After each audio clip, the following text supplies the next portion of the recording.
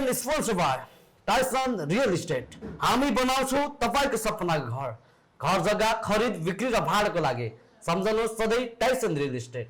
Cleaning partner Hasina group फाली, सुन्दर हरेज 5 मोरङ, सफाइको लागि हसिना।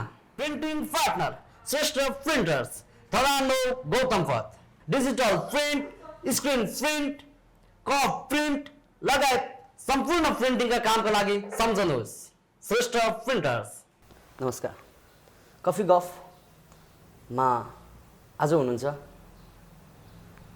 पछिल्लो समय या धेरै लामो समयदेखि चाहिँ कविता लेखन क्षेत्रमा सक्रिय रूपमा लागिरहनु भएको कवि श्री सिसा राई, उहाँलाई आजको एपिसोडमा कफी पिउनको लागि निम्तो दिएको छु र हाम्रो निम्तोलाई स्वीकारेर आउनुभएको छ। उहाँलाई म स्वागत दिन चाहन्छु। नमस्कार सर। नमस्कार सर, आजभोलि के पढ्दै हुनुहुन्छ? म यस्तो छ, ठ्याक्कै पढ्ने भनेर ठ्याक्कै पुस्तकै पढ्ने भनेर यदि सोध्नु भएको हो भने चाहिँ अहिले ठ्याक्कै म पुस्तक पढ्नै सकिराखेको छैन, भ्याइराखेको छैन। अब भ्याइराखेको छैन भन्दाखेरि अलिकति त्यो कस्मेटिक जस्तो होला होइन, ठ्याक्कै चाहिँ नभ्याएकै हो होइन। यो साङ्गठनिक काम, कलेजको काम चाहिँ नि अरू व्यावहारिक कामहरू लगायतले गर्दाखेरि ठ्याक्कै चाहिँ मैले पढ्न भ्याइरहेको छैन। तर फेरि के हो त भन्दाखेरि नयाँ कुराहरू जे छन् त्यो सबै कुरामा चाहिँ अपडेट हुने काम चाहिँ भइरहेछ। चाहिँ अहिले के गर्दै हुनुहुन्छ, केतिर चाहिँ बिजी भयो? यस्तो छ, मेरो चाहिँ कलेजको कामहरू पनि छँदै नै छन् होइन, तपाईँलाई थाहा छँदैछ। अनि साङ्गठनिक कामहरूमा अलिकति बिजी छु। म आफै पत्रकार भएको हुनाले पत्रकारसँग सम्बन्धित सङ्घ सङ्गठनहरूमा अलिक जोडिएको हुनाले पनि र साहित्यिक विभिन्न गतिविधिहरू पनि छन्, त्यो साहित्यिक गतिविधिहरूमा पनि जोडिएको हुनाले यसरी नै बितिरहेछ। बजारमा तपाईँको कविता सङ्ग्रह त आइसकेको छ 66 सालमा। 66 सालमा अब कविता सङ्ग्रह नै आउनेवाला हो कि तपाईँको कुनै नयाँ त्यस्तो कविता भन्दा पर रहेर कथा उपन्यास? मेरो कविता सङ्ग्रह नै आउनेवाला हो होइन। अब 66 सालमा मैले एउटा सङ्ग्रह निकालेँ, त्यसपछि यता आउँदाखेरि लगभग 1 दशक पनि पार भइसक्यो। अब अर्को अङ्क निकालौँ भनेर चाहिँ नै मैले तयारी गरिराखेको छु। तर त्यो के भन्दाखेरि कविताहरू अलिक पुगिरहेको छैन। त्यो अब जति लेखिया छन् त्यो अलिक पुगेन भन्ने छ। अब सङ्ख्याको हिसाबले पनि र गुणको हिसाबले पनि नपुग्या हुनाले त्यो अलिकति पर्खिनुपर्छ, अलिक दिन पछि मात्र निकाल्ने भन्ने सोच भइरहेछ। सायद अर्को वर्षतिर हुन्छ होला। कफी पिउँ सर। हस्, सेलाउँछ भने फेरि थ्याङ्क यू। सर, हामी कुराकानी त गरि नै रहन्छौँ।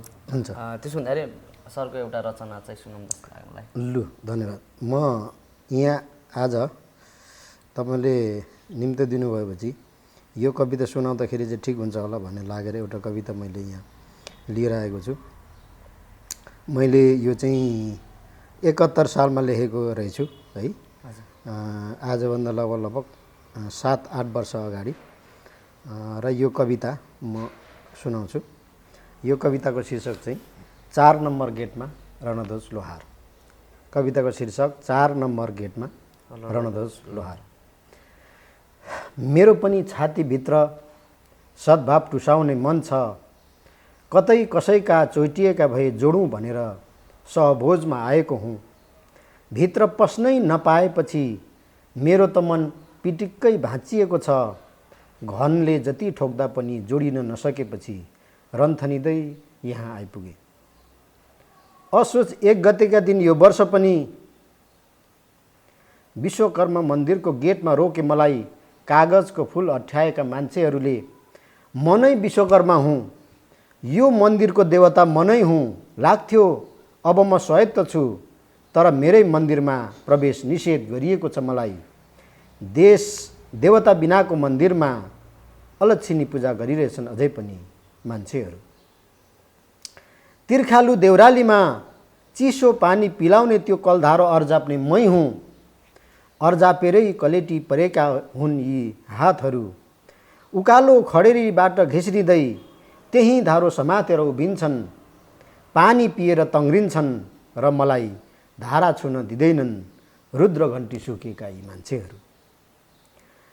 क्युरियोमा सजाइएका चाउचाउका पोका सटरभन्दा परबाट औँल्याउन लगाएर सोकेसमाथि अलग्गै राखिदिन्छ साउजी।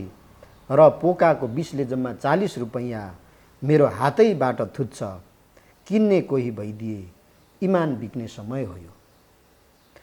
भाल र खुकुरी उजाएर 7, 46, 63 क्रान्ति लडे मान्छेहरू कैफियतमा समावेशी लहर चलिरहेछ अहिले। कागजमा लेखिएको दलित र तानाबानाहरूको अन्तिम लाइनमा छु म। ठिक मैले बोल्ने बेला सहर शान्त हुन्छ। म मेरा सबै आवाजहरू बिस झैँ फेरि पिएर निलो अनुहारमा हराउँछु कतै। म त्यही लुहार हुँ जसले ती भाला र खुकुरी कमायो। म त्यही सान हुँ जसले खिएका धारहरू तिखार्यो। स्कुलमा छुवाछुत शीर्षकमा निबन्ध लेख्ने होमवर्क पाउँछ मेरो छोरा। रातभरि लेख्छ निबन्धमा नजरहरूले डढेको आफ्नै अनुहार। भोलिपल्ट जाँच्ने बेला मेरो छोराको कापी छुँदैन सामाजिक स्तर। विभेदको शब्दार्थ घोक्दा घोक्दै छुट्टीको घन्टी बज्छ। कटुवालकी छोरीसँग इन्टरकास्ट बिहे गरेको कसुरमा आरनबाट लछारेर नालीमा मिल्काइएको बाली घरे हुँ म बेहोस भएको हेरेर फर्कने साथीहरू। सरकारले 2 लाख घोषणा गरेपछि फेसबुकमा फ्रेन्ड रिक्वेस्ट पठाउन थालेका छन्। बिहेको 15 वर्षपछि पहिलो पटक यसपालिको दशैंमा ससुराली टेकेको हुँ। सरकार, तपाईँ चढेको हेलिकप्टर ओर्लिएको चोर बाटोबाट रुखमाथि चढेर धेरै पटक हेरेको छु मैले। हेलिकप्टरको पङ्खाले फालेको हावा जस्तै सहरमा आत्मनिर्णयको बतास चलेको सुने मैले। मलाई पनि यो हावामा सास फेर्ने रहर जागेर आयो। आज आफै आइपुगे। अहिले सिंहदरबारको 4 नम्बर गेटमा उभिएको छु। नयाँ वर्दीमा ठाँटिएर मैले नै अर्जापेको बन्दुक भिरेर घेरेका छन् 4 जनाले चारैतिरबाट। यहाँ कति घेरिरहँ म प्रश्नहरूले, कति भागिरहँ म मान्छेहरूबाट। म उत्तरहरूको अन्तिम खोजीमा यहाँ आएको हुँ। सरकार, यो गेट छिचोलेर तपाईँको सामुन्ने उभिन म सबै विधि पुरा गर्न तयार छु। तर म कामी हुँ, यस्तै नै छु। तपाईँको अघि सुकिलो देखिनकै लागि म मेरो जात फेर्न तयार छैन। मेरो नाकको प्लास्टिक सर्जरी गर्न तयार छैन। मेरो नाकको प्लास्टिक सर्जरी गर्न तयार छैन। धन्यवाद। जस्तो सामाजिक विभेदमाथि यति गम्भीर भएर लेख्नु भएको छ र तपाईँको कविताहरू प्राय सामाजिक विभेदमाथि नै लेखिएको कविताहरू पढ्न पाइन्छ र जस कविताको मार्फतबाट समाज परिवर्तन गरौँ भन्ने सोचमा लेखिरहनु भएको जस्तो लाग्छ मलाई चाहिँ। र यो कविताको रचना गर्वतिर जान मन लाग्यो मलाई।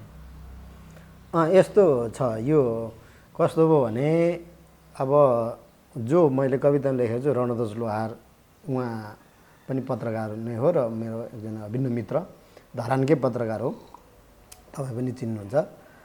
उहाँसँग हामी संयोगले एउटै ट्रेनिङमा पऱ्यौँ, पत्रकारिता ट्रेनिङमा। र यो लगभग 7-8 वर्ष अगाडिकै कुरा हो। इलाममा थियो त्यो ट्रेनिङ र त्यो ट्रेनिङ 2 दिनको थियो। 2 दिनको ट्रेनिङमा पहिलो दिनको ट्रेनिङ सकियो। पहिलो दिनको ट्रेनिङ सकिएपछि अब इलामको रमाइलो हावा होइन, चाहिँ खुल्ला ठाउँ रमाइलो गर्ने भन्ने भयो। अब बाहिर कतै घुम्न जाने, अब कोही चाहिँ भित्र बस्ने भन्ने भयो। अनि हामी चाहिँ केही मान्छेहरू चाहिँ ट्रेनीहरू मतलब तालिम लिने मान्छे पत्रकारहरू चाहिँ सो गफ गर्दै रमाइलो गर्दै बसिरहेको थियौँ। त्यतिखेरै एकजना कसैले चाहिँ ल सबैले आफ्नो जीवनमा भएको अथवा टच गरेको, आफूलाई लाइफमा सबैभन्दा टच गरेको त्यस्तो कुनै घटना सुनाउने भनेर एकजनाले अब त्यत्तिकै भन्न थाल्नुभयो कि। अनि त्यसै क्रममा चाहिँ हाम्रो रणधजी चाहिँ अगाडि सर्नुभयो क्या। ल म भन्छु भनेर उहाँ अगाडि सर्नुभयो। अगाडि सरेर उहाँले आफ्नो चाहिँ नि अनुभव सुनाउँदै गर्दाखेरि उहाँले के भन्नुभयो भने, के अरे म चाहिँ 15 वर्षपछि पहिलोपटक ससुराली जाँदैछु यो साल भनेर उहाँले भन्नुभयो। 15 वर्षपछि, बिहेको 15 वर्षपछि म पहिलोपटक मेरो ससुराली जाँदैछु भन्ने समथिङ उहाँले आफ्नो केही अनुभवहरू सुनाउन थाल्नुभयो।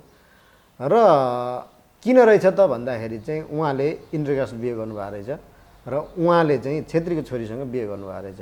उहाँ आफै दलित हुनुभयो होइन।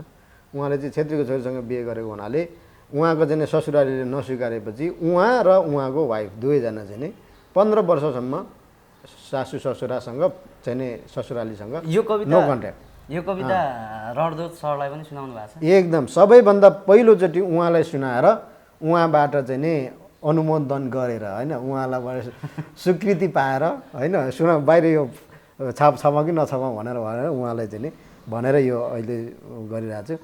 अनि त्यो कुराले टच गर्यो नि त मलाई होइन यो कस्तो भयो होला त यो त अचम्म लाग्दो कुरा भयो भनेर चाहिँ नि त्यो गुने मैले होइन त्यो रह्यो नि त अब दिमागमा होइन। अनि त्यसपछि यसमा त कविता लेख्नै पर्छ भन्ने भएर मैले लेख्दै गएँ। लेख्दै गएपछि चाहिँ सबैभन्दा पहिलोचोटि उहाँलाई सुनाएँ यहीँ अगाडि यो चाहिँ नि अजार दैनिकको कार्यालय अगाडि नै उहाँलाई सुनाएर उहाँलाई पनि राम्रो लाग्यो मिठो लाग्यो राम्रो लेख्नु भएको रहेछ दाइ भनेर भन्नुभयो। सुनाएर नि अगाडि आएको। जस्तो तपाईँलाई एउटा कविता लेख्न चाहिँ कति समय लाग्छ? होइन त्यो कविता लेख्ने कुरामा चाहिँ त्यो ठ्याक्कै यति उति भन्ने नै हुँदैन त्यो, किनभने जस्तै लगभग 1 वर्ष भयो मैले अहिलेसम्म एउटा पनि कविता लेख्न सकेको छैन। त्यो कविता लेख्ने भने चाहिँ कतिखेर कविता लेखिन्छ होइन कतिखेर कविता तयार हुन्छ भन्ने कुरो त्यो केही टुङ्गो हुँदैन। मैले यो धेरै ठाउँमा धेरै अवसरहरूमा यो अनुभव मैले सेयर गरेको छु। हुन त अरू कसैको अर्कै अनुभव होला। अब कतिपय लेखकहरूले रक्सी खाएको बेला लेख्नुहुन्छ अरे भन्ने सुनेको छु। कतिपय लेखकहरूले के अरे निन्द्रा झपझप लागिराखेको बेलामा फुर्छ अरे भन्नुहुन्छ होइन। कतिपय लेखकहरूले चाहिँ नि के अरे अब माथि चाहिँ नि टुपी माथि बाँधेर अनि ठिङ्ग उभिएपछि मात्रै कविता फुर्छ अरे भन्ने सुन्छु होइन। तर मेरोमा चाहिँ के हो त भन्दाखेरि ठ्याक्कै कतिखेर हो भन्ने त्यो मलाई पनि थाहा हुँदैन। जस्तै म बाइक कुदाइराखेको हुन्छु, बाइक कुदाउँदाखेरि एकदम शान्त खालको सडक छ होइन अनि लामो सडक छ, त्यहाँ सर आफ्नै तरिकाले गइरहेको हुन्छ भने चाहिँ त्यतिखेर के सोधिन्छ नि त दिमाग कहाँ कहाँ पुगिरहेको हुन्छ। ठ्याक्कै त्यतिखेर एउटा कुनै पनि चिजले क्लिक गर्छ, एउटा कुनै विषयले क्लिक गर्छ भने ठ्याक्कै त्यतिखेर।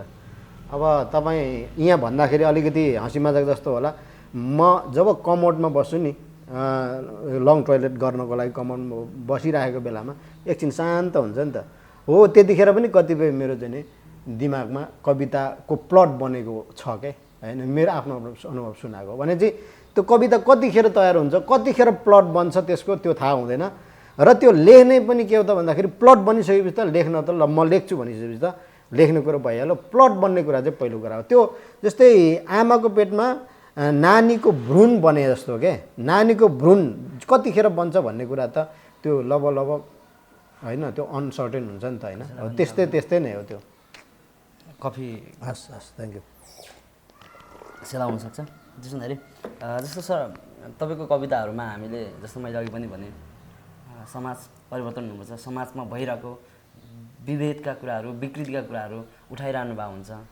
त्योभन्दा बाहिरको कविताहरू खासै हामीले पढ्न पाइएको छैन। अब यसमा अलिकति म जोडौँ है। अब तपाईँले ठिक भन्नुभयो त्यो सामाजिक विभेद अथवा सामाजिक विषयहरू भन्नुभयो। तर यसमा अझ अलिकति म यसमा थपेर के भन्छु भने मेरो कविताहरूमा सामाजिक विभेद त छ नै होइन। तर सामाजिक विभेदभन्दा ठुलो कुरा चाहिँ पहिचानको मुद्दा छ। म लेख्ने भनेको पहिचानको मुद्दामा लेख्ने हो। अब अहिले तपाईँले हेर्दाखेरि सर्लक्कै यो कवितामा पनि सामाजिक विभेद देख्नुभयो। तर यो जो रणध्वज लोहार भन्ने पात्र छ नि उसले त के खोजिरहेछ भन्दाखेरि पहिचान खोजिरहेछ नि त। 4 नम्बर गेटमा भित्र छिर्न उसले पाइरहेको छैन, ऊ खोजिरहेछ भित्र छिर्न खोजिरहेछ। भित्र छिर्यो भने चाहिँ उसले त्यहाँनिर प्रधानमन्त्रीलाई भेट्ला अथवा मन्त्रीलाई भेट्ला। मन्त्रीलाई भेटेपछि आफ्नो कुरा राख्ला नि त। प्रधानमन्त्रीलाई भेट्नु भनेको सिर्फ एउटा व्यक्ति प्रधानमन्त्री अथवा पदलाई भेट्ने भने होइन नि त। त्यो त उसले मुक्ति पाउने कुरा पनि त सँग सम्बन्धित छ नि त। अब ऊ त्यहाँ छिर्न पायो भने चाहिँ के हो त भन्दाखेरि उसले केही आफ्नो अपनत्व आफ्नो मौलिकता भेट्ने कुरा हुन्छ। यो कविता चाहिँ एउटा पहिचान कविता हो भन्छु म। र अब तपाईँले अलिक मजाले अध्ययन गरिदिनु भयो भने चाहिँ यो कवितामा सामाजिक विभेद मात्रै छैन, यसमा यो सिङ्गो कविता नै पहिचानको मुद्दामा लेखेको छ। र अहिले पछि म खास गरी पहिचानको मुद्दामा केन्द्रित रहेर कविताहरू लेखिरहेको छु। किनभने हाम्रो अलिकति अरूभन्दा पनि मुख्य विषय भनेको चाहिँ केन्द्रित हुनुपर्ने विषय अब सबैतिरबाट फोकस गर्नुपर्ने विषय चाहिँ पहिचानको विषय रहेछ भन्ने निर्णयमा निष्कर्षमा म पुगेको हुनाले प्राय कुनै पनि कविताहरूमा म त्यो पहिचानको विषयलाई चाहिँ छुवाइराखेकै हुन्छु होइन। र सबै कुराहरूको हाम्रो एउटा केन्द्रबिन्दु चाहिँ पहिचान रहेछ। र त्यो हामीले प्राप्त गऱ्यौँ भने चाहिँ सबैतिरबाट हामी अलिकति सशक्त हुने रहेछौँ र हामी अगाडि बढ्ने रहेछौँ भन्ने निष्कर्षको आधारमा यो लेखन अगाडि बढाइएको छ। जस्तो र यो पनि त्यही आधारमा यहाँ मैले पहिचानको कुरा गर्दै गर्दाखेरि पहिचानमा जोड्दैछु होइन। जस्तो हामी पहिचान भनेर चाहिँ लेखिरहन्छौँ र पहिचानलाई पनि हामी मजाक गरेर लेखेको त छौँ नि। अब पछिल्लो कति पुस्तामा देखिएको कुराहरू यो चाहिँ हो। हो यस्तो छ, सिरियसनेसको अलिकति अभाव छ होइन। अब अध्ययनको पनि अभाव छ। अब सबै कविताहरू सबैले जसले लेख्नुभयो नि त्यो सबै कविताहरूमा पहिचानको विषय उठाइएको त हुनसक्छ, तर त्यो जति उठाउनु पर्ने सशक्त ढङ्गले नउठाइएको पनि देखिया छ। अब तर यसमा चाहिँ मलाई के लाग्छ भने जस्तै पहिचानको मुद्दामा लेख्नुपर्छ भन्ने जुन मानसिकता तयार भयो नि त्यो मानसिकता नै सबैभन्दा महत्त्वपूर्ण कुरा हो। अब त्यसमा कसरी लेख्ने, कुन विषयलाई अलिकति अगाडि लाने भन्ने कुरा चाहिँ फेरि हामी जो अभियन्ता हौँ नि हामीले नै अलिकति त्यहाँ सहयोग गर्नुपर्छ, उहाँहरूलाई चाहिँ नि अलिकति ट्रिट गर्नुपर्छ कि भन्ने मैले जिम्मेवारी महसुस गरेको छु। र यो विषयमा त मैले एउटा आर्टिकल नै लेखेको छु सुरुमा, त्यो एउटा विषय प्रवेशको रूपमा। पहिचान साहित्य लेखनको विषयवस्तु के हुनसक्छ, यसको शैली के हुनसक्छ, के विषयहरूमा हुन सक्छन्, यो मूलधार हुनसक्छ कि सक्दैन भन्ने विषयमा मैले आर्टिकल नै लेखेको छु होइन। यो विषयमा धेरै बहस गर्न सकिन्छ पहिचानको लेखनको विषयमा। जस्तो अनि हामीले पहिचानको कुराहरू गर्दै गर्दाखेरि अग्रजहरूले जस्तो पहिचानको चाहिँ अभियन्ताहरूले पछिल्लो पुस्ताकोहरूलाई लेख्नुपर्छ है भनेर जस्तो प्रेरणा नगरेको कि त्यो डोर्याएर नहिँडाएको हो कि होइन, त्यो अलिक किन चाहिँ पछिल्लो पुस्ताहरू चाहिँ पहिचानभन्दा बाहिर गएर पुगिरहेको छैन। जो हामी अभियन्ताहरू हौँ, अभियन्ताहरूले पनि अलिकति डोर्याउनलाई उहाँहरूलाई ट्रिट गर्नको लागि अलिक पुगिरहेको छैन एउटा कुरा। अर्को कुरा चाहिँ के हो त भन्दाखेरि जो लेखक छन् नि, लेखक कविहरू हुनुहुन्छ, उहाँहरू सबैले पहिचानको मुद्दा त त्यतिखेर लेख्ने जब त्यो विषयले उहाँहरूलाई टच गर्छ नि त। अब त्यो विषयले उहाँलाई टच नै गरेको छैन भने उहाँहरूले लेख्ने कुरा भएन। अब कसरी टच गर्ने भन्ने कुरा चाहिँ त्यो उहाँको के अरे त्यो सामुदायिक संरचनाले पनि फरक पार्छ। त्यो देशको राष्ट्रिय राजनीतिले उहाँहरूलाई कतिसम्म चाहिँ छोएको छ त्यसले पनि असर गर्छ। अब कुनै सर्जकले लेख्ने भने त केले उसलाई छोएको छ त्यसले त्योले हो क्या। अब उसलाई चाहिँ डाँडा पाखातिर घुम्दाखेरि फुलहरूले चाहिँ उहाँको मनलाई चाहिँ अलिकति तरङ्गित बनाइदिन्छ भने त्यसले टच गर्ने भयो। तर त्योभन्दा अलिकति वैचारिक कुराहरूमा यता आउने भने चाहिँ अलिकति यी मुद्दाहरू पहिचान लगायतका मुद्दाहरूलाई छुने कुरा भयो। अब त्यसले उहाँलाई छोयो भने चाहिँ त्यो विषयमा लेख्ने कुरा भयो। अब हामीले त्यही भएर अभियानकै रूपमा यसलाई चाहिँ पहिचानको मुद्दा भनेको यो हो होइन। पहिचान मुद्दा भनेको सिर्फ राजनीतिक मात्रै होइन, यो चाहिँ एउटा लेखनको विषय पनि हो, सिर्जनाको विषय पनि हो। यसलाई हामीले लेखेर जनतालाई चाहिँ के अरे आफ्नो अधिकार र आफ्नो अपनत्वको बारेमा स्पष्ट र चाहिँ सुसूचित गऱ्यौँ भने भोलि एउटा समानतामूलक समाजको निर्माण हुनसक्छ भन्ने कुरा पनि अलिकति हामीले बुझाउन सकेका छैनौँ होइन। अब जो चासो राख्नु भएको छ उहाँहरूलाई हामीले डोर्याएर लिएर जाने कुरा त हाम्रो जिम्मेवारीभित्र नै पर्छ। त्यसो भने कफी खाउँ र कफी खाँदै म अर्को हाम्रो कार्यक्रमको अर्को सेगमेन्टमा लान्छु र त्यो सेगमेन्टको नाम चाहिँ किन झुट बोल्नु भन्ने हो। अब सेगमेन्टको क्वेसनहरू यता ल्याइमाग्छु र त्यहाँनिर तपाईँलाई 5वटा प्रश्न छ र ती 5वटा प्रश्न तपाईँले टिपेर दिनुपर्ने हुन्छ। त्यो प्रश्न कस्तो छ त्यो मलाई पनि थाहा छैन, सायद यो हुनसक्छ तपाईँले चाहिँ टिपेर मलाई दिनुपर्छ। मैले अहिले नै टिपिहाल्नु पऱ्यो? हजुर हस्, लु त के परेछ त। यो पहिलो प्रश्न छ। पहिलो प्रश्नमा परेर छ तपाईँलाई तपाईँ पत्रकारिता पनि गर्नुहुन्छ, त्यो भन्दाखेरि पत्रकारहरूसँग राम्रो सम्बन्ध छ, जसमा पत्रकार तथा साहित्यकार जनक ऋषि राई र प्रकाश दिपशाली मध्ये कुनै एकजनालाई रोज्नु पर्दा, उहाँहरूमध्ये एकजनालाई रोज्नु पर्दा को रोज्नुहुन्छ? अब उहाँहरू दुवैजना नजिक हुनुहुन्छ। अब चाहिँ अस्ति भर्खरै उहाँलाई जिताइयो जनक ऋषि राईलाई। प्रकाश दिपशाली त अब मैले प्रकाशन गर्दै गरेको बागियानको सहसम्पादक नै हुनुहुन्छ। अब उहाँहरू दुवैजना मसँग नजिक हुनुहुन्छ। अब त्यसलाई त मैले यसरी नै भन्नुपर्छ होला, एकजना मात्रै छान्नु पर्छ। एकजना मात्रै छान्दाखेरि त फेरि उहाँले भएर एकजना त कुटिहाल्नुहुन्छ नि। भनेपछि यो कसैलाई जान्नु भएन, दुईजना जनक ऋषि राई होइन, प्रकाश दिपशाली होइन। हजुर, उहाँ दुईजना साहित्यकार पनि हुनुहुन्छ र पत्रकार पनि हुनुहुन्छ। अब होइन नै अब त्यो त्यति साह्रो अप्ठ्यारोमा चाहिँ नभन्नुहोस् होइन। उहाँहरू दुवैजना एकदम मेरो नजिकमा हुनुहुन्छ, सँगसँगै हिँड्छु म उहाँहरूसँग। यसमा केही पनि भन्न चाहनु भएन? यसमा मलाई अब यो प्रश्नमा चाहिँ फेल गराइदिनु भयो भने हुन्छ। हुन्छ, हाम्रो अर्को प्रश्न छ। अर्को प्रश्न के छ हेरौँ। ल लिनुहोस्। र अर्को प्रश्न रहेको छ, विवाहभन्दा अगाडि कतिजना महिलालाई प्रेम प्रस्ताव राख्नुभयो? अब यो कुरा चाहिँ अलिक मलाई त्यति याद छैन, किनभने त्यो धेरै त्यस्तो कुराहरू ख्याल पनि गरिँदैन होइन।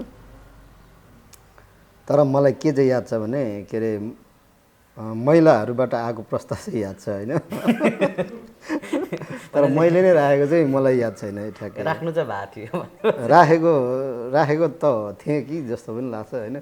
तर मलाई त्यो ठ्याक्कै त्यो पनि कन्नु याद भएन। त्यो चाहिँ त्यसलाई त्यसरी नै भनौँ।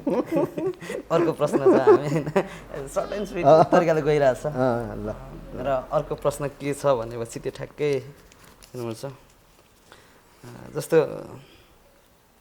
जिन्दगीमा हर मान्छेले एकचोटि न एकचोटि प्रेमिका बनाएको हुनसक्छ होइन। जस्तो भन्छन् त त्यो उमेर गइसके पछाडि एट्र्याक्सन हुँदै जान्छ, प्रेम गरिँदै जान्छ।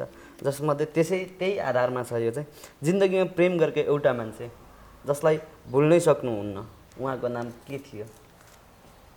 के छ कि के थियो? के छ के थियो? प्रेम गरेको मान्छे जसलाई भुल्नै सक्नुहुँदैन तपाईँ र भुल्न पनि चाहनुहुन्न।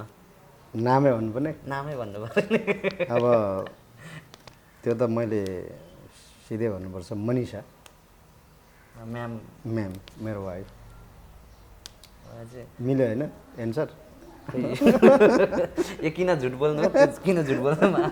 कोही आँखी अगाडि झुट बोलिरहनु होइन, मैले झुट बोलेको छैन, त्यो एकदम सही कुरा हो। हुन्छ अर्को मनिषा राई। मनिषा म्यामको नाम लिनु भएर बस्नु पर्यो होइन, त्यसलाई झुट भन्न मिल्दैन।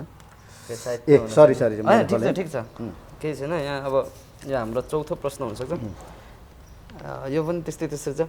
विवाह गरिसकेपछि प्रेम प्रस्ताव आयो कि नै? विवाह गरिसकेपछि प्रेम प्रस्ताव विवाह गरिसकेपछि नै आएको छैन, त्यो त झुट बोल्नु हुँदैन होइन, आएको छैन। जस्तो किनभने अब के हुँदो रहेछ नि, कविहरू भनिसकेपछि एक किसिमले हेर्छ नि त बजार। नै अब त्यो अलिकति नजिक हुने कुरा एउटा त हो होइन, तर प्रस्तावकै रूपमा त त्यस्तो आएको छैन। किनभने अब विवाह गरिसकेपछि अब त्यो त सार्वजनिक नै गरियो होइन, त्यसलाई त लुकाइएन नि त होइन, जे सबैलाई थाहा भएको कुरा। त्यसपछि अब त्यो जानी प्रस्ताव त अब कसरी आउने कुरा भयो र होइन। तर अलिक के हो, नजिक दोस्ताना जस्तो होइन, अलिक नजिक सहकार्य गर्न पाएँ भन्ने टाइपको त भयो होइन। ठिक छ, हामी अन्तिम प्रश्न जहाँ हुनसक्छ। अन्तिम प्रश्न के छ तपाईँको लागि भन्ने चाहिँ म हेरिहालेँ। उमेरमा कतिको चिठी लेख्नु भयो? प्रेमपत्र होइन, त्यसमा चाहिँ ढाँट्नु हुँदैन। मैले प्रेमपत्र थुप्रो लेखेँ, किनभने थुप्रो पत्र पनि आयो, थुप्रो उत्तर पनि लेखियो। यसमा पनि फेरि त्यही है, मैले आफैले लेखेको चाहिँ सायदै छैन होइन, छैन नै भन्दा पनि हुन्छ, तर उताबाट धेरै आयो। अब मैले यहाँ फेरि अलिक बढी स्मार्ट हुन खोजेको जस्तो हुन्छ होइन, त्यो चाहिँ होइन। उताबाट धेरै आयो, मलाई स्कुल पढ्दाखेरि धेरैले मलाई पत्र लेख्यो, किनभने स्कुलमा धेरै अलिक ट्यालेन्ट थिएँ कि स्कुलमा होइन। अनि फर्स्ट बोय भनेपछि चाहिँ प्रायः केटीहरूले साथीहरूले चाहिँ के भने प्रेमपत्र नै लेख्ने, अनि मैले उत्तर त लेख्नु पऱ्यो नि त फेरि होइन, फेरि ठुलो होला भन्ने भयो होइन, ठुलो भयो भन्ने भयो। मैले नै लेखेको चाहिँ छैन, मैले लेखिनँ आफै चाहिँ, स्वतस्फूर्त चाहिँ। यो हाम्रो सेगमेन्ट सक्यो र तपाईँको फेरि एउटा रचना सुन्छौँ। सुनेपछि हामी केही कुराहरू त गरिहाल्छौँ। हस्, हुन्छ मिलनजी। अब अर्को एउटा मेरो कविता छ, यो मेरो कविताको शीर्षक छ बलिमान तिम्रो नाम के हो। बलिमान नाम चाहिँ बलिमान, फेरि तिम्रो नाम के हो भनेर सोधिरहेछ यो शीर्षकमा होइन। बेलुकीको ठिक 8 बज्यो, अबको 4 घन्टापछि वियोगान्त किताबको बाँकी अन्तिम पन्ना पल्टिनेछ। अघिल्ला पन्नाहरू जस्तै यो पन्नामा पनि अमूर्त चित्रहरू मात्र कोरिनेछन्, अस्पष्ट हरफहरू मात्र लेखिनेछन्। देखिएन ल। रातको 12 बज्यो, पल्टियो अन्तिम पन्ना, संस्मरणमा छोपियो वर्तमान। यो 365 पन्नाभरि पढिरह्यो बलिमानले, वार्पाक कम्पनहरू, नाकाबन्दी स्वाधीनता र प्रतिकारका भाषाहरू, पेट्रोलको लाइन र ओइलाएका जवानीहरू, हलेसी सडक, ब्रेकफेल र विभत्स छरिएका सपनाहरू, ढ्याउ गरिरहेको सिंहदरबार र निलिएका आवाजहरू फेरि पनि बलिमानले भेटेन आफ्नो नाम कुनै पन्नाहरूमा। च्यातिए पनि स्ट्याप्लरले गाँसेको पन्नामा समेत कसैको नाम हुन्छ भने किन लेखिएको छैन कुनै पन्नामा बलिमान? कोसीमा सेतो बाढी आउँदा बगेका पन्नामा पनि कसैको नाम रातो मसीले लेखिन्छ भने किन छैन बलिमान नामको रङ? लेखिसकेर पनि मेटेर वा थुतेर किन फालिन्छ सधैँ बलिमान लेखिएको पन्ना? कतै लेखिएको भए पनि किन देखिँदैन, किन पढिँदैन उसको नाम? किन सधैँ सोधिन्छ बलिमानको अर्थ र परिभाषा? पछिल्लो अध्यायमा फेरि एकपटक दोहोऱ्याएर सबै पन्ना पढ्यो बलिमानले। कुनै पनि पन्नामा उसको नाम छैन, उसको जाति छैन, इतिहास छैन, भूगोल छैन, भाषा, लिपि, संस्कृति छैन, रङ्ग छैन, उमङ्ग छैन। आखिर को हो बलिमान? आखिर को हो बलिमान? सिरिहाङको बाउ, छलीमायाको लोग्ने, बाउसे, भूमिपुत्र, बलिमान सिप्तुङखा कि बलिमान सिङ्गो एउटा देश? ए नयाँ वर्ष के तिमी भन्न सक्छौ बलिमानको नाम के हो? धन्यवाद। मैले यसलाई ठ्याक्कै जोडिहालेँ। हजुर। बलिमानको नाम के हो? त्यसै पनि यो सब टाइटल शीर्षक नै एउटा मिठो कविता छ र यसको रचना गर्वतिरै मलाई जानु मन लाग्छ। यो चाहिँ अब यस्तो छ, हाम्रो देशको संविधान होइन, यो कति सालमा लेखेको भन्ने ठ्याक्कै यहाँ होला। यो हाम्रो देशको नयाँ संविधान जतिखेर घोषणा भयो नि त्यो चाहिँ 72 सालमा हो। संविधान घोषणा भएपछि लेखेको कविता हो यो। यो पन्ना भनेर तपाईँले जुन यहाँ हेर्नुभयो त्यो पन्ना भनेको संविधानको पन्ना हो होइन। संविधान घोषणा भयो, नयाँ चाहिँ नि लोकतन्त्रको नयाँ संविधान घोषणा भयो, तर त्यो संविधानमा पनि फेरि बलिमानको नाम चाहिँ लेखिएको छैन, अथवा बलिमान जस्ता पात्रहरूको, समुदायको अथवा पक्षहरूको आवाज अथवा अधिकार त्यहाँ स्पष्ट लेखिएको छैन। अझै पनि हामीले जति पाउनुपर्ने अधिकारहरू त्यो अधिकारहरू प्राप्त भएनन्। अझै पनि त्यसलाई संशोधन गर्नुपर्ने, त्यसको लागि अझै लड्नुपर्ने जस्तो देखिएको भयो होइन। त्यही भएर जब चाहिँ नि त्यतिखेरका राष्ट्रपति डाक्टर रामवरण यादवले चाहिँ नि संसदमा यसरी देखाउनु भयो, यसरी देखाउँदाखेरि नै अब यो चाहिँ नि देखाउनु त देखाउनु भयो उहाँले, तर यसमा चाहिँ चाहिने केही पनि छैन है भन्ने मलाई त्यतिखेरै परेको थियो र यसमा एउटा कविता चाहिँ लेख्नै पर्छ भन्ने चाहिँ मलाई त्यतिखेरै भइसकेको थियो र पछाडि त्यो यसरी लेखियो, यो रूपमा लेखियो। जस्तो म पछाडि फर्कन चाहन्छु, जस्तो अहिलेको श्री सिसा राई हुनुभन्दा अगाडिको श्री सिसा राई कस्तो थियो? होइन, मेरो नेचर चाहिँ लगभग पहिलासँग अहिले मिल्छ, मलाई आफूले सम्झिँदा त्यस्तो लाग्छ। जतिखेर म 6-7 क्लासतिर पढ्थेँ म यसरी नै अलिकति गम्भीर खालको, अलिकति भावुक खालको, धेर नबोल्ने, अनि धेरै भिडभाडमा पनि धेर नजाने, अनि आफ्नै तरिकाले हिँड्ने, घुम्ने, डुल्ने होइन, आवश्यकता पर्दा मात्रै जाने, आवश्यकता पर्दा मात्रै बोल्ने खालको मान्छे। अहिले पनि लगभग त्यही नै छ जस्तो लाग्छ। अहिले के मात्रै हो भन्दाखेरि पहिला अलिकति क्षेत्र सानो थियो, अहिले क्षेत्र धेरै भएको छ, धेरै साथीहरूसँग चिनजान भएको छ, जिम्मेवारी पनि धेरै छ। त्यो भएको हुनाले पहिलाको क्षेत्रभन्दा अहिले धेरैजना भौगोलिक हिसाबले पनि र विभिन्न हिसाबले पनि धेरैजनासँग धेरै ठाउँमा पुग्नुपर्ने हुन्छ, भेटघाट गर्नुपर्ने हुन्छ, जिम्मेवारी धेरै बढाएको छ। र म आफैले चाहिँ के महसुस गर्छु भने मैले जति गर्नुपर्ने हो प्रगति होइन, त्यो प्रगति चाहिँ मैले गर्न सकेको छैन र अझै पनि धेरै गर्न बाँकी छ भन्ने चाहिँ मलाई अझै पनि लाग्छ। र पछिल्लो समय नयाँ पुस्तामा कविहरू आइरहनु भएको छ, नयाँ पुस्ताले लेखिरहनु भएको छ कविताहरू, र उहाँहरूलाई भन्नुपर्ने कुरा त्यस्तो होइन। उहाँहरूले जुन जुन लेखिराख्नु भएको छ, सृजनात्मकता सबैकोमा देखिन्छ होइन, कलात्मकता पनि सबैकोमा देखिन्छ। तर के हो त भन्दाखेरि म उहाँहरूलाई भन्ने भनेको चाहिँ त्यो सृजनात्मकता र कलात्मकता मात्रै चाहिँ नि पस्काएर चाहिँ अबको जिम्मेवारी पुरा हुँदैन लेखक कलाकारहरूको अथवा सर्जकहरूको। हामीले लेख्नुपर्ने चाहिँ समाज रूपान्तरणको लागि हो, समाजको परिवर्तनको लागि हो। हामीले लेख्ने अन्ततः देशको परिवर्तनको लागि। देशको परिवर्तन कतिखेर हुन्छ भन्दा चाहिँ जब समाजको परिवर्तन हुन्छ, जब समाजमा समानतामूलक अवस्थाको सिर्जना हुन्छ। त्यो हाम्रो अन्तिम लक्ष्य हुनुपर्छ।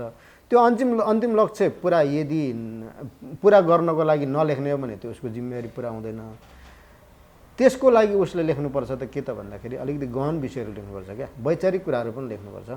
जस्तै अब एउटा भमरा उडिराखेको छ, त्यो फुलमा बस्यो होइन, अनि त्यसलाई चाहिँ नि टिपेर उसको बखान, त्यो भमरा र फुलको बखान गरेर, अथवा चाहिँ नि अब आफ्नो प्रेमिका, अब राम्रै लाग्छ प्रेमिका त जसलाई पनि पाठकहरूलाई पढ्न दिएर त्यो आफ्नो पनि समय बर्बाद, आफ्नो पनि दिमाग बर्बाद, अनि पाठकहरूको दिमाग बर्बाद नगरौँ। प्रेमको कविता लेख्दाखेरि पनि, त्यो फुलको र त्यो पुतलीको कविता लेख्दाखेरि पनि वैचारिक कुराहरू त्यहाँ आफ्नो विचार, आफ्नो दृष्टिकोण घोषाउन सकिन्छ नि त। पहिचानको मुद्दा त्यहाँ पनि घोषाउन सकिन्छ। अब मैले वैचारिक कुरा लेखौँ, अलिक त्यसमा फोकस गरौँ भन्दाखेरि चाहिँ वैचारिक कुरा के हो त भन्दाखेरि पहिचानको मुद्दालाई मूल साहित्यको मूलधारमा स्थापित गर्ने गरी लेखौँ।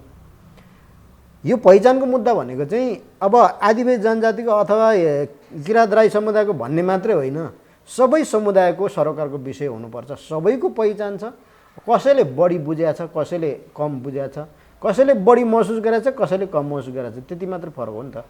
तर मुद्दा त सबैको हो, त्यसमा केन्द्रित भएर लेखौँ र हाम्रो भोलिको भविष्यको हाम्रो लेखनको विषयवस्तु, मुख्य विषयवस्तु चाहिँ पहिचान नै हुनेवाला छ।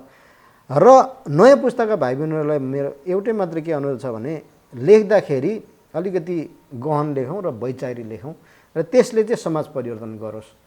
त्यो नै हो हाम्रो चाहिँ नि के अरे जिम्मेवारी पुरा गरेको त्यसरी ठहर्छ। लेखन भनेको कुरा चाहिँ त्यो रहर मात्रै भएर हुँदैन क्या, त्यो जिम्मेवारी हो क्या, त्यो जिम्मेवारी पुरा गर्नु पर्यो भन्ने। लेखनले समाज रूपान्तरण गर्नको लागि चाहिँ अब पहिचानका कुराहरू पछिल्लो पुस्ताले उठाउनु पर्यो, प्रेमका कुरा गरेर मात्र भएन भन्ने कुरा भयो। त्यसो भन्दाखेरि हामीलाई हाम्रो केही जोस् आज यहाँ कफी खानको लागि जुगाड गरिदिनु हुने हसिना ग्रुप हुनुहुन्छ र हसिना ग्रुपले तपाईँको लागि भनेर केही उपहार, यो चिनो भनेर चाहिँ आर्थिक यो तपाईँको लागि हसिनाले दिएको, जो आज तपाईँ र म बसेर कफी खाइरहेछौँ, कफी पिएर गफिरहेछौँ। यो चाहिँ हार्पिक, हाम्रो टाइसन रियल इस्टेट, त्यसै गरी श्रेष्ठ प्रिन्टर्सले गर्दाखेरि आज हामी यहाँनिर बसिरहेछौँ। त्यसो भन्दाखेरि यो तपाईँलाई त्यो हार्पिक भएको हसिनाको यो फिनाइल पनि तपाईँको लागि यो छ। र तपाईँलाई श्रेष्ठ प्रिन्टर्सको तर्फबाट मायाको चिनो भनेर घरमा यसो लगेर सजाएर राख्नुहोस् है भनेको हुनाले चाहिँ यो तपाईँलाई म देखाइदिइहालेँ। यो पनि छ। वाह वाह, हाउ सरप्राइज। यो तपाईँको लागि। थ्याङ्क यू ल, वाह थ्याङ्क यू। मैले चाहिँ हसिनालाई धेरै थ्याङ्क यू होइन। यो श्रेष्ठ प्रिन्टर्स, यो चाहिँ श्रेष्ठ प्रिन्टर्सलाई धेरै थ्याङ्क यू भन्नु पऱ्यो है त। हुन्छ, र कफी पिउन आइदिनु भयो त्यसको लागि धेरै धन्यवाद। र जाँदै गर्दाखेरि कफी पिउन बोलाए यो कुराहरू उठाइदिएको थियो भने भन्ने लागेको केही त्यस्तो होइन। ठिक छ मिलनजी होइन, अब तपाईँले अलिअलि त्यहाँ छुवाउन खोज्नुभयो, मैले त्यो पहिचानको कुरा ठ्याक्कै चाहिँ तपाईँले नसोधे पनि मैले त्यहाँ पूरक एन्सरको रूपमा गरिहालेँ। र त्यसबाहेक अरू त खास केही छैन। अब तपाईँ पनि एकजना लेख्ने मान्छे मलाई थाहा छ होइन, अब राम्रै लेख्नुहुन्छ त्यो पनि थाहा छ। अब लेख्दै जाउँ, हामी सबै एउटै फिल्डमा छौँ र अब लेख्दै जाँदाखेरि चाहिँ नि अलिकति यसरी नै होइन, अलिकति इस्यु बेस्डमा लेखौँ र अन्ततः हामीले समाज रूपान्तरण गर्नुपर्ने छ। त्यो समाज रूपान्तरणमा हामी सबैजना एउटा चाहिँ नि हिस्सेदार बनौँ भन्ने नै म तपाईँलाई पनि शुभकामना दिन चाहन्छु। र मलाई बोलाइदिनु भयो चाहिँ नि सबै दर्शक श्रोताहरूको छेउमा पुर्याउनु भयो, यसको लागि तपाईँलाई धेरै धन्यवाद दिन चाहन्छु। तपाईँहरूलाई पनि धेरै धन्यवाद। यतिन्जेलसम्म कफी गफ हेरेर बसिदिनु भयो। कफी गफ के कस्तो लाग्दैछ कमेन्ट बक्समा कमेन्ट गरिदिनु होला। र अबको गेस्ट कस्तो ल्याउँदा हुन्छ, के ल्याउँदा हुन्छ त्यो पनि भनिदिनु होला भन्दै धेरै धन्यवाद।